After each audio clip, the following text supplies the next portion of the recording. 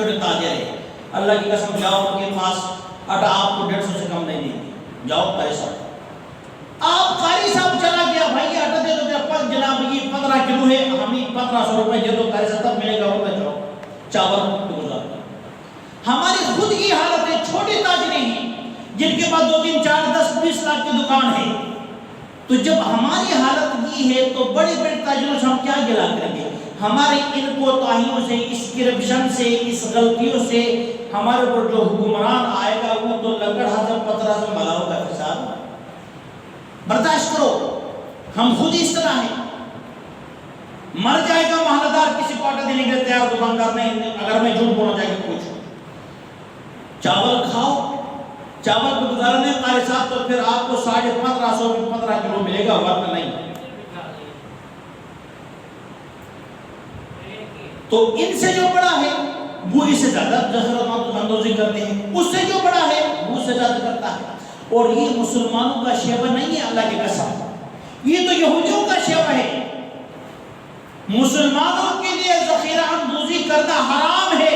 جس وقت جس غذا کی مسلمانوں کو ضرورت ہو، اگر کوئی تاجر صاحب اٹھ کر کے اندر کمرے کے اندر تالے لگا لیتا آٹے کو تاکہ میں اس کو بلیک کر کے بیچوں، مہنگا کر کے بیچوں، اللہ کی قسم یہ حرام کھلاتا ہے، اپنے بچوں کو بھی حرام کھلاتا ہے، خود بھی حرام کھلاتا ہے۔ اجازت نہیں ہے بھائی۔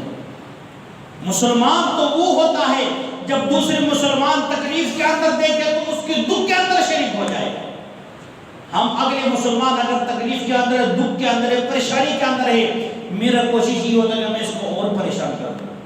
اگر یہ بیچارہ بیٹھ نہیں سکتا، مسلمان ہونے کے ناطے میرے اوپر لازم ہے میں اس کو اٹھا دوں کہ اٹھ سکے۔ اور آج کا مسلمان میں کیا کرتا ہوں، اگر یہ بیٹھا میں کوشش کی اتنا جناب ذلیل ہو جائے کہ یہ لیٹ جائے، اور پھر ہم کہتے ہیں ہمارے پر حکمران کوئی اچھا آ جائے، نہیں آ سکتا۔ مختصر سی باتیں نہیں آ، کیونکہ ہم خود اچھے نہیں ہیں، ہمارا بس نہیں چلتا۔ اگر بس چلے تو ہم اس پاکستان کو ہی ہڑپ لیتے ہیں۔ اللہ نے ہمیں اتنا ہی طاقت دیا ہے کہ ہم آٹا کی 20 کلو ہی ذخیرہ اندوزی کر سکتے ہیں۔ اگر اللہ ہمیں اور اختیار دیتا، ہمیں کسی بڑی خزانہ پر بٹھا دیتا، اللہ معاف کرے، پھر ہم کیا کرتے ہیں؟ اس لیے حضرت عثمان غنی رضی اللہ تعالیٰ عنہ کو اللہ نے دولت عطا فرما دی، اللہ کی قسم وہ دولت انہوں نے اسلام کی سربلندی کی، قربان کر دیا۔ ایک وقت اللہ کے نبی نے اعلان کر دیا ہے، مدینہ کے اندر یہ افواہ پھیل گیا کہ روم مسلمانوں پر حملہ کر رہا ہے، اور وقت بھی بڑا نازک ہے کہ پہلا جو آمدنی زمینوں سے حاصل ہو وہ ختم، دوسری ابھی پک کر کے تیار ہے، صرف اب کٹائی شروع ہونے والی ہے، اب کسی کے پاس کچھ نہیں ہے۔ ادھر اللہ کے نبی نے تیاری کے لیے چندے کا اعلان کر دیا کہ اب مسلمانوں کے حالات اتنے سخت کہ کچھ نہیں ہے، اب روم حملہ کر رہا ہے۔ اگر آپ اس وقت کا روم کا اگر تصور آپ سمجھنا چاہتے ہیں تو آج کے دور میں اگر آپ کو پتہ چلے کہ امریکہ پاکستان کے اوپر حملہ کر رہا ہے تو ہمارے حکمرانوں کی نیندیں حرام ہو جاتی ہیں۔ اس وقت روم کی یہ حالت تھی، لیکن اس وقت صحابہ کرام کی قیادت محمد رسول اللہ کر رہا تھا، اس کا قدم کبھی نہیں ڈگمگاتا تھا۔ آپ نے اعلان کر دیا اپنی تیاری کرو۔ حضرت عثمان کو یہ خبر پہنچی کہ وقت ایسا ہے کہ صحابہ کرام کے گھروں کے اندر کھانے کے لیے کچھ نہیں ہے۔